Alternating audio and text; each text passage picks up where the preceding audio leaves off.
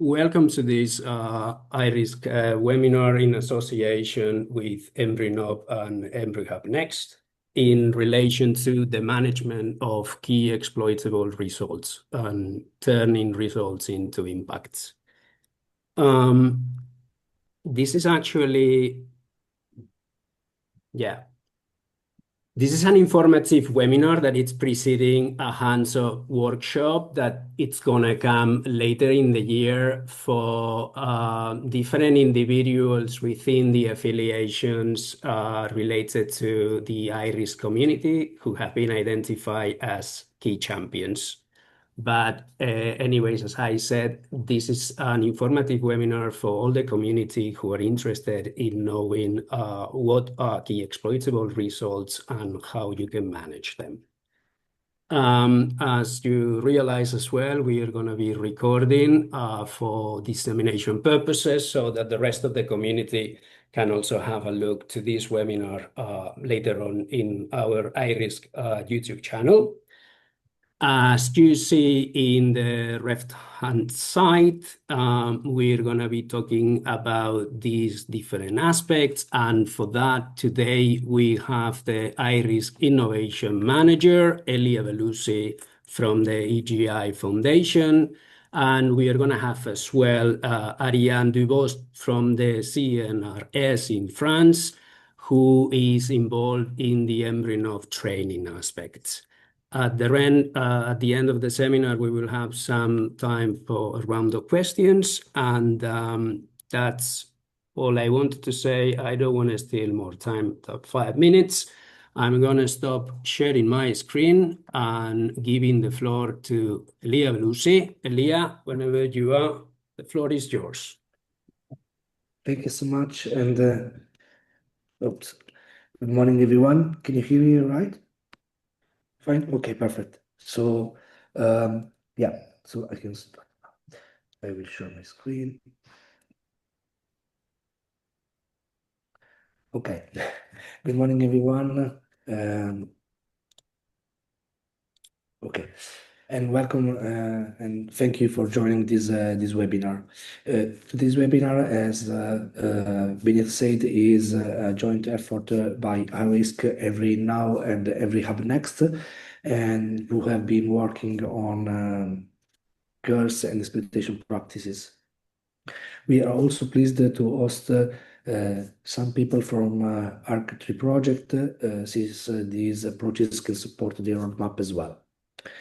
I am Elia Belusi, Senior Strategy and Innovation Officer from the EGI Foundation, and as already mentioned by Benyat, Innovation Manager for IRISCC, and also for ENVRI Hub Next and ARC3 also. Our aim today is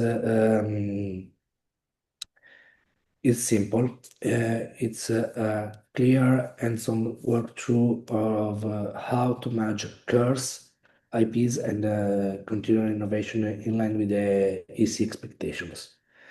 And we will run for about 60 minutes with the question and answer section at the end.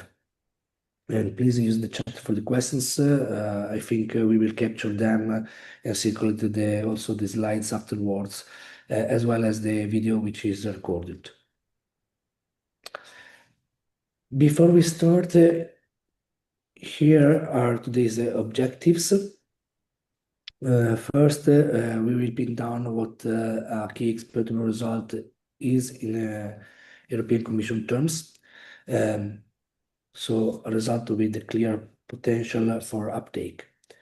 That could be a product, service, software, whatever it could be developed. By the end, you should be able to spot a KER in your work and describe its value in 1 or 2 sentences.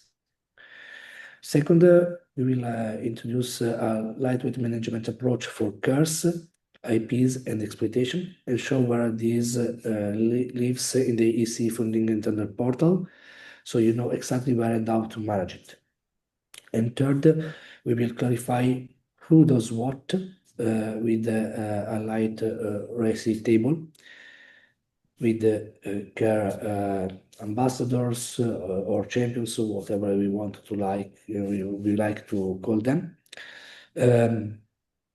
Also about IPs, exploitation manager, work package leaders, task leaders, etc.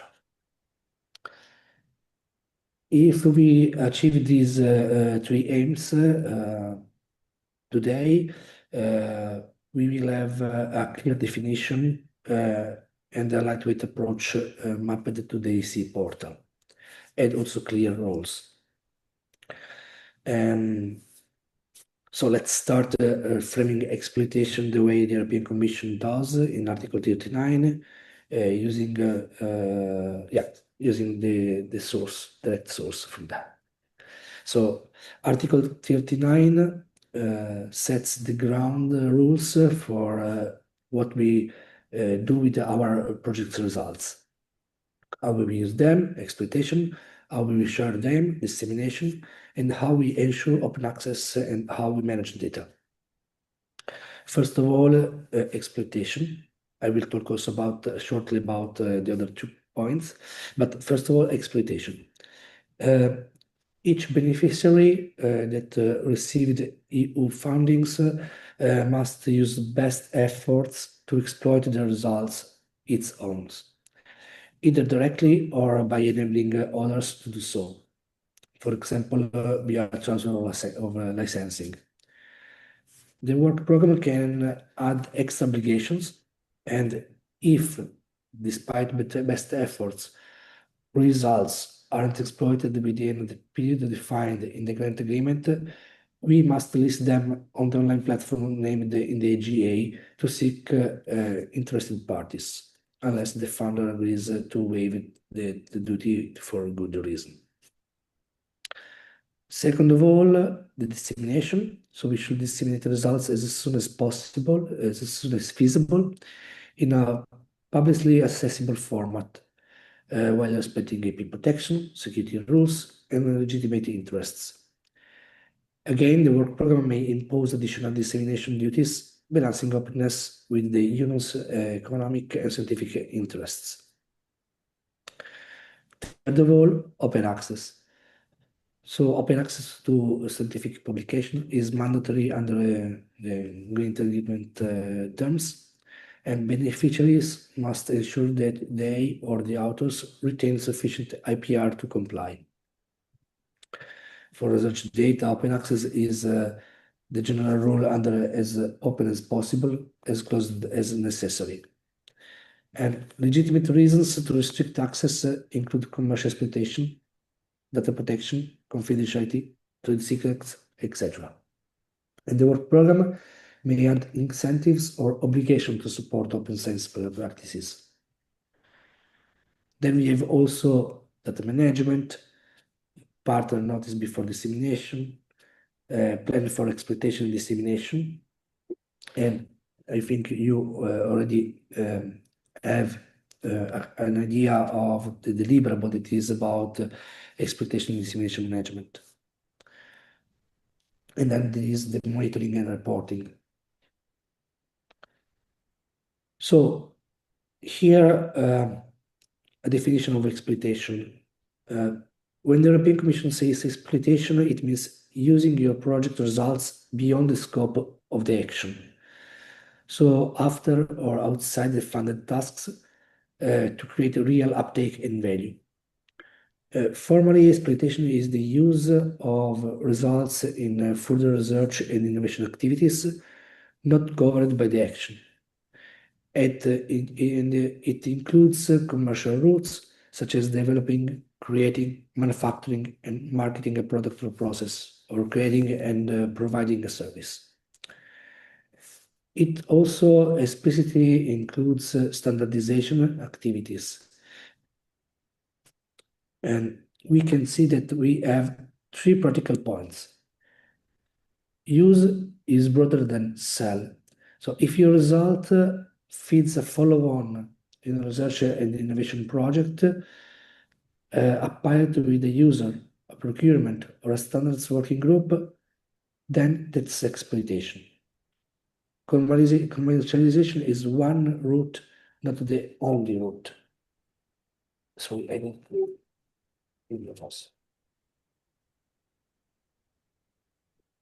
just let me go from the microphone 1 second.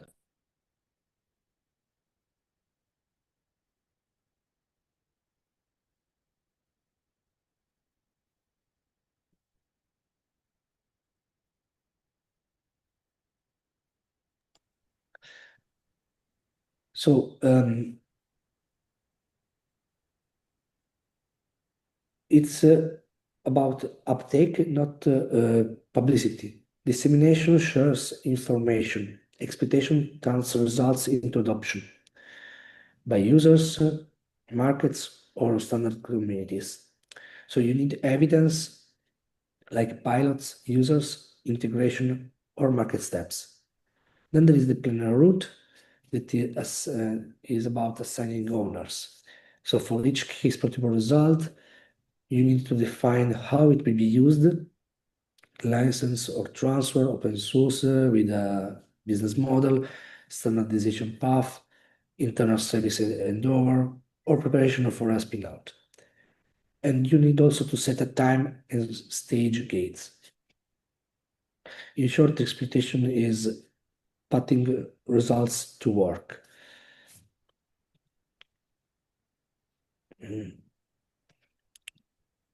Okay. Let me now introduce the commission results and matchmaking platform. This is needed to understand better how and why we are looking at the courses particularly.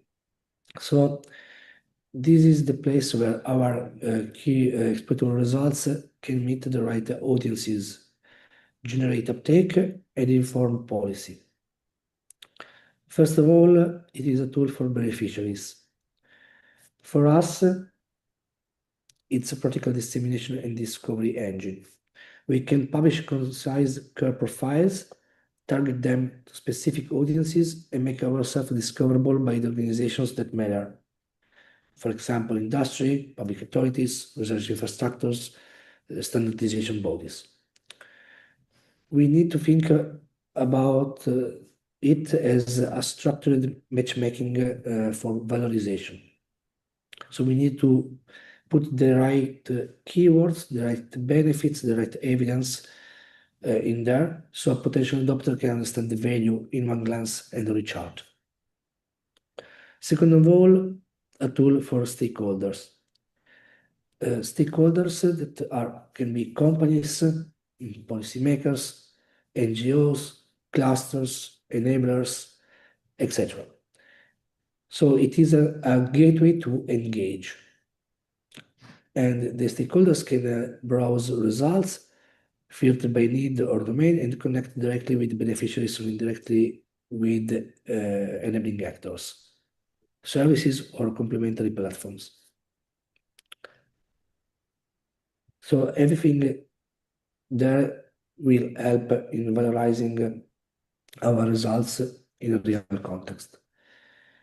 Then it is also a tool for the European Commission because the platform provides a window into what projects actually produce beyond the deliverables and how those results move toward adoption.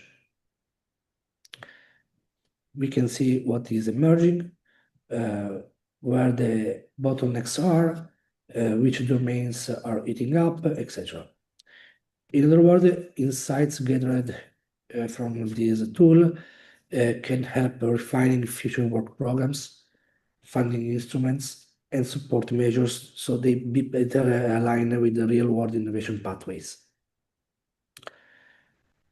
So, how we make it work in practice? We publish well-crafted KER entries, and we will see how we will make them with the problem, beneficiaries, value proposition, readiness, IP stance, exploitation route, and a clear call to action.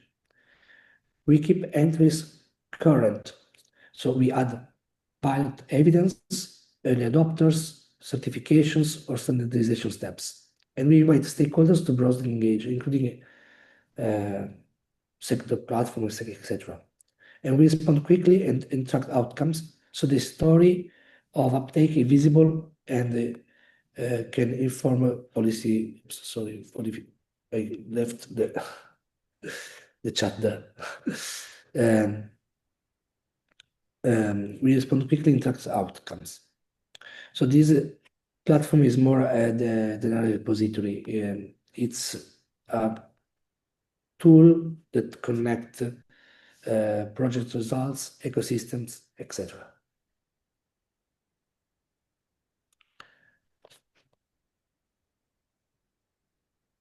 Of course, the exploitation doesn't stop when the project ends. There are follow-up phases to keep results moving toward uptake. In the first year after the project end, if the exploitation hasn't happened yet, beneficiaries are required to publish their exploitable result on a recognized platform, so they are visible to potential adopters and partners. And after that, during the remaining follow-up period, beneficiaries will complete a short structured questionnaire in the EC grant management system. This captures what progress has been made, what support is needed, and which obstacle remains on the path to exploitation. The aim of this is simple. So to keep results discoverable, track real-world uptake, and remove blockers so the work we did in the project translates into genuine impact.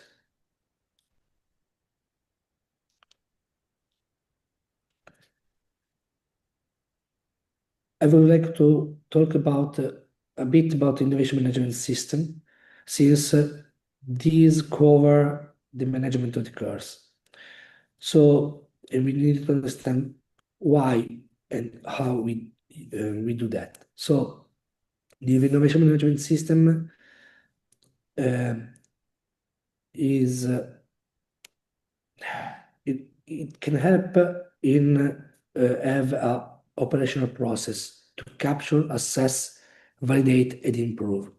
So the innovation management system makes sure that every project result is systematically captured, not just the obvious one, but every project result. We log potential KERs periodically, then we assess the exploitation readiness, for example, the value proposition, the beneficiaries, the technological readiness level, etc. And we validate with evidence. So we have pilots, feedback, etc. And we run also an improvement cycle to strengthen weak spots before moving forward, because we do not want to have to lose the results or promise results that can generate risks. It is also helping us in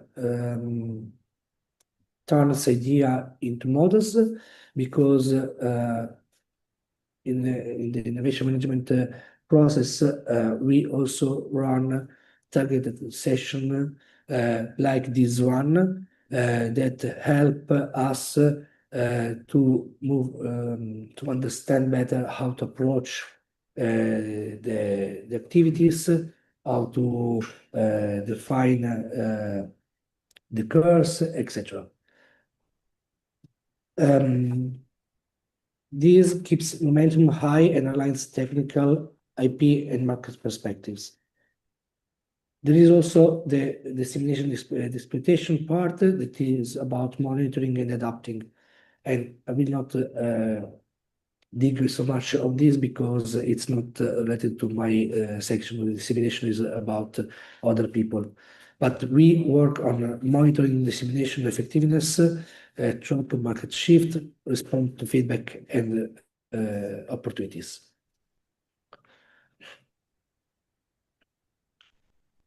So now we should understand what is a project result and to differentiate it from the KERs. So when we say project result, we mean any output generated during the project that are not only final deliverables, but everything with potential value for others to use. Typical examples cover both tangible and intangible outputs. So know-how and experience, methods, procedures, lesson learned, algorithms and software, code, models, workflow, prototypes, proof of concept, demonstrators, new products or services, features, service blueprints, policy recommendations and roadmaps, so as well, for example, guidance and strategies, learning and reports, so decision log, evaluation studies, publications, so every article, every conference paper, white papers, etc. Data, because we produce a lot of data sets, etc. We elaborate a lot of data sets. So data, metadata, documentation. And also events, like workshops, training materials, recordings. This webinar will be part of them. And why this matters? Because recognizing results early and broadly help us decide which one have exploitation potential and which should be disseminated for use and what needs IP or data management. In practice, we log results as they emerge, add basic metadata on a description links, and then assess readiness and next steps. That way, nothing valuable gets lost, and promising results can move toward the adoption and impact. So now let's talk about the KERs. A key exploitable result is a project result that we have selected and prioritized because it has high potential to be exploited. We define them in the grant agreement frequently, but we also revise them. We add some of them during the project, we remove some of them during the project, etc. So now let's talk about how we move from the many outputs we created to the few results we really drive to uptake and impact. Project results are the wide net. So throughout the project, we generate a lot of different results, know-how, datasets, software, etc. And we log everything as a project result with the basic metadata. The aim here is the completeness, so nothing gets lost.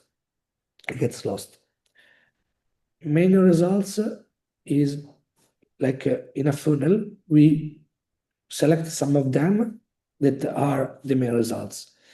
So we identify main results because their outputs are either foundational to the project objectives or already showing signals of uptake. We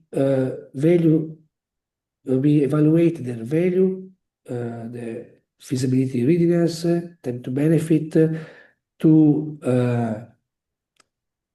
give us a focused subset worth extra attention.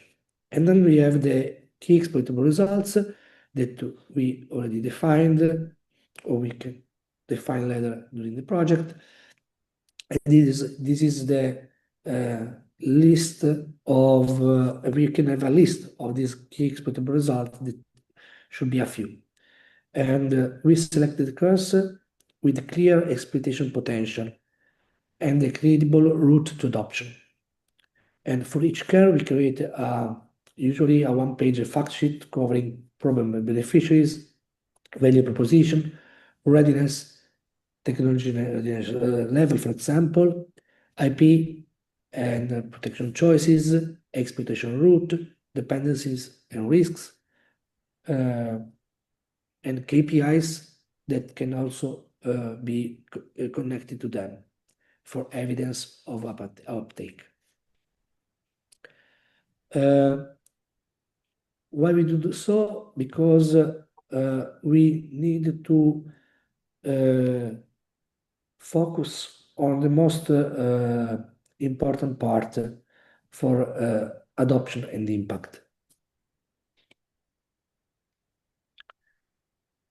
And when we talk about the KERs, we talk about intellectual property. So we need also to understand why we have to Think about that. So when we talk about intellectual property, we mean creations of the mind, the outcomes of our research, experimentation, and creativity. Software, datasets, documentations can be covered by their IP assets. In our context, every project result can generate one or more IP assets. For example, prototype, they are design, plus embedded software. This produces multiple assets, a data set plus its schema, documentation, etc. And mapping these assets with the IPs can help us decide how to protect, how to share, and how to exploit them. The intellectual property rights are the legal rights that protect those assets and allow creators and owners to gain a recognition of benefits, etc., for their work. We can have patents, so protect technical inventions, copyrights for images, 3D materials, etc., database rights, design rights, trademarks, trade secrets, etc. Usually, of course, we work on protection of our results with open licensing, like Creative Commons, Apache, or other different kind of licenses. And we can also work on the standardization part.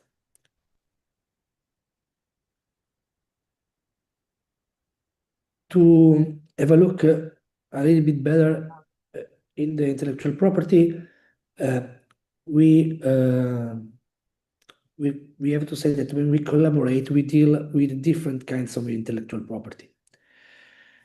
Each one of them with the distinct rules. And getting this right prevents conflicts and speeds up exploitation. So we need also to understand better what is each kind of IP.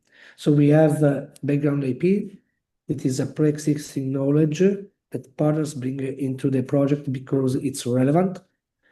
For example, an existing software library, a patents family, a dataset, brand name.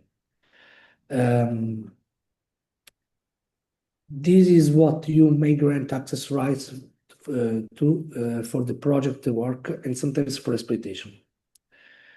Then we have sideground IPs. This is knowledge IP that is created outside the project tasks by a partner during the project period, but it is still relevant. For example, a company improves its property platform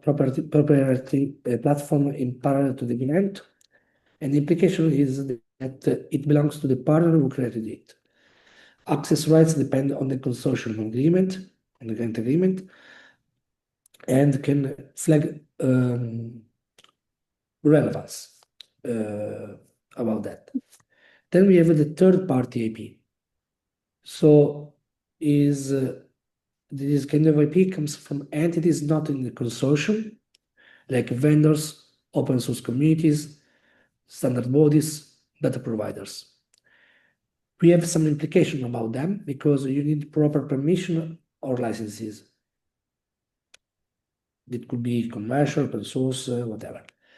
And we also need to track the terms of the license, the versions and the applications. Lastly, we have foreground IP. It is created within the project under its work plan, so tasks or work packages during the project. It could be prototypes, documentation, datasets that we create in the project. We have an implication that is about the ownership because it follows the grant consortium rules. And is foreground IPs are the main input, let me say, to the KERs and exploitation plans.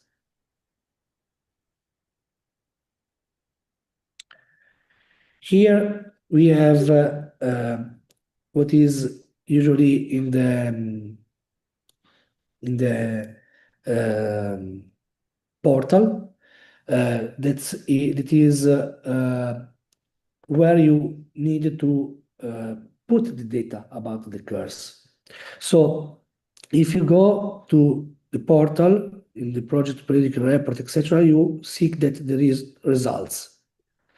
When you click on this one, you have this second window about results, where you publish the content of the KERs. So you define the name, the kind of result type, and the key results KER. So if it is a scientific potential, if it has a scientific potential, societal potential, etc., technological, business or economic potential, etc., etc.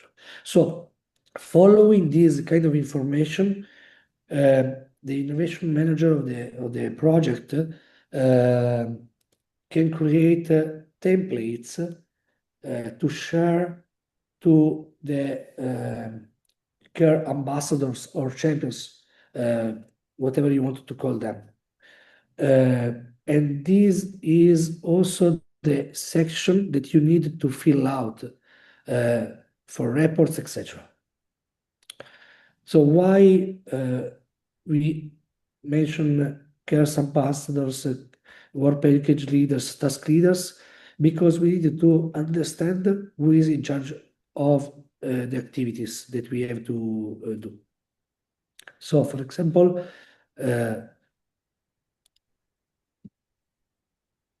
we divide the work on key exploitable results. This is an example of RESI table. So where you see responsible, accountable, consulted, and informed people working on that. You can define the RESI table in each project for this innovation management activity. So here I define the KER ambassador and champions, work package leaders, and task leaders. This is just an example. It should be defined every time properly for each project. But for example, at the front line, here at the front line, we have the task leaders that is responsible for spotting potential results and producing the tangible outputs and evidence. They register the information, they are tested pilots, capture KPIs, and the user references. So the task leader is the responsible for the first point, for example. The work package leader is typically accountable for the technical path and readiness. So they turn raw outputs into validated results, coordinate pilots, and ensure the fact sheet stays accurate from a technical standpoint. They are also responsible for decisions that sit within the work package. So readiness assessment, proposals, etc., aligning the simulation with the technical timeline. And then there is the KER champion, that is accountable owner of the KER as a value proposition. And the KER champions maintain the KER fact sheets, so they gather information from their own work packages, but also from the other work packages that are related to the KERs.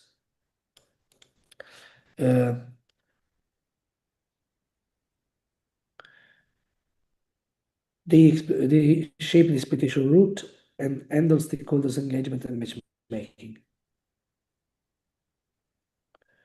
Sorry, Elia, could you explain to us what are the C, S, and A in there? So here there is just a little recap, let me say, of the roles and responsibilities.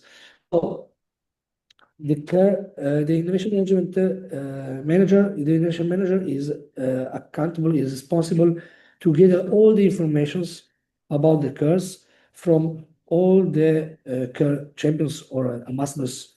And these KERs ambassadors and champions need to gather the information from the work package leaders and task leaders that are doing activities related to each KER. This is the simple version of the process. So I think I ended my part. Now we can have the ENVRI-Now contribution, and then we have the question and answer. So we have 20 minutes to finalize everything. Thank you so much for listening.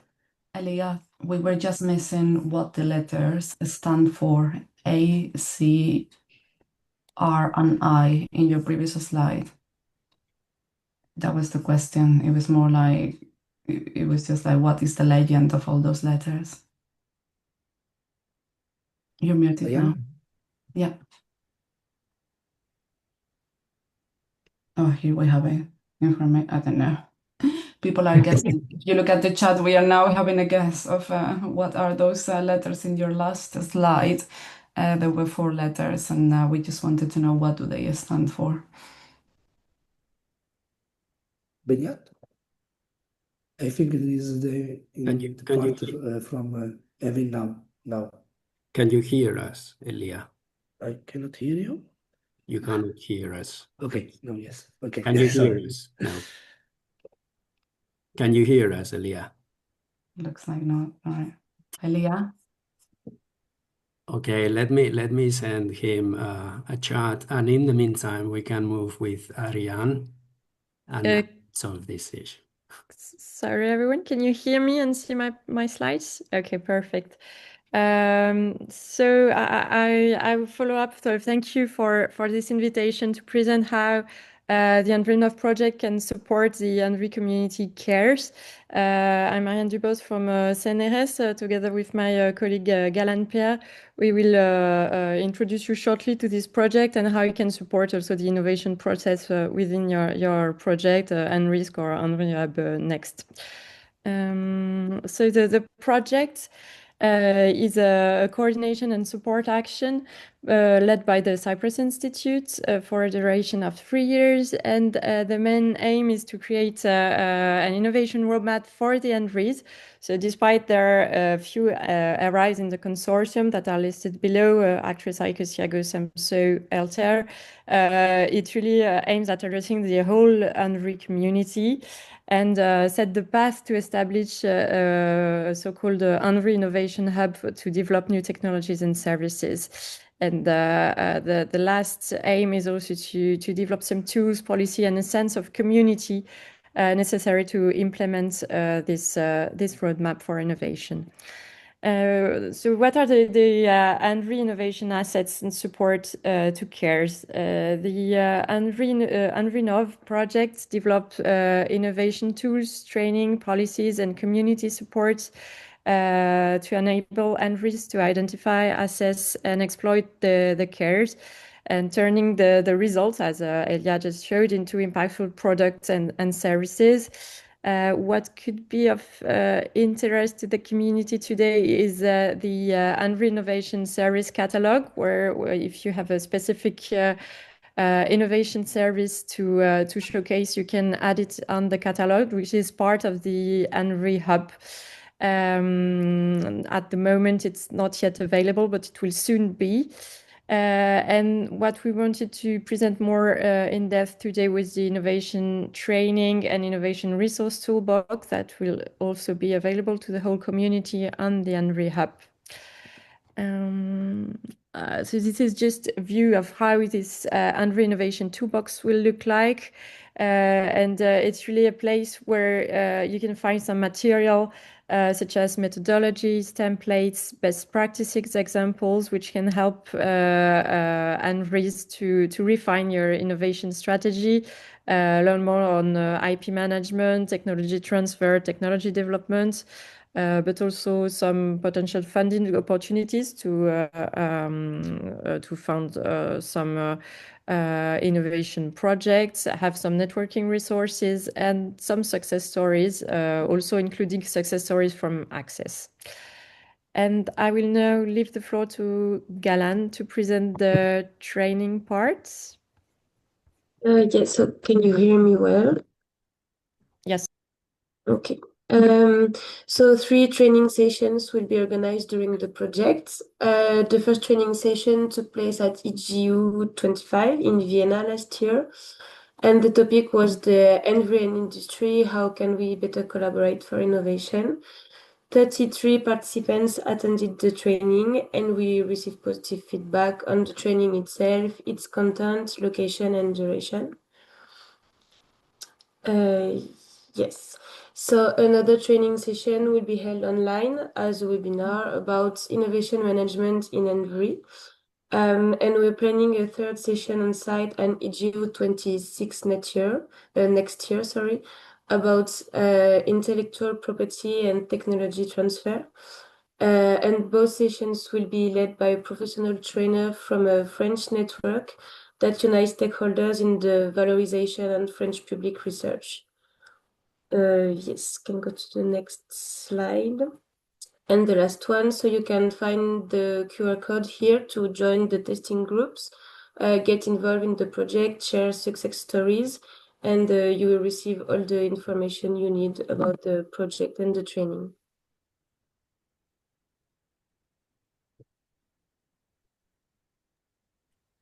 So thank you very much, Kalan, Ariane, and Elia. I think we can move forward now with some questions, if there are some questions in the audience.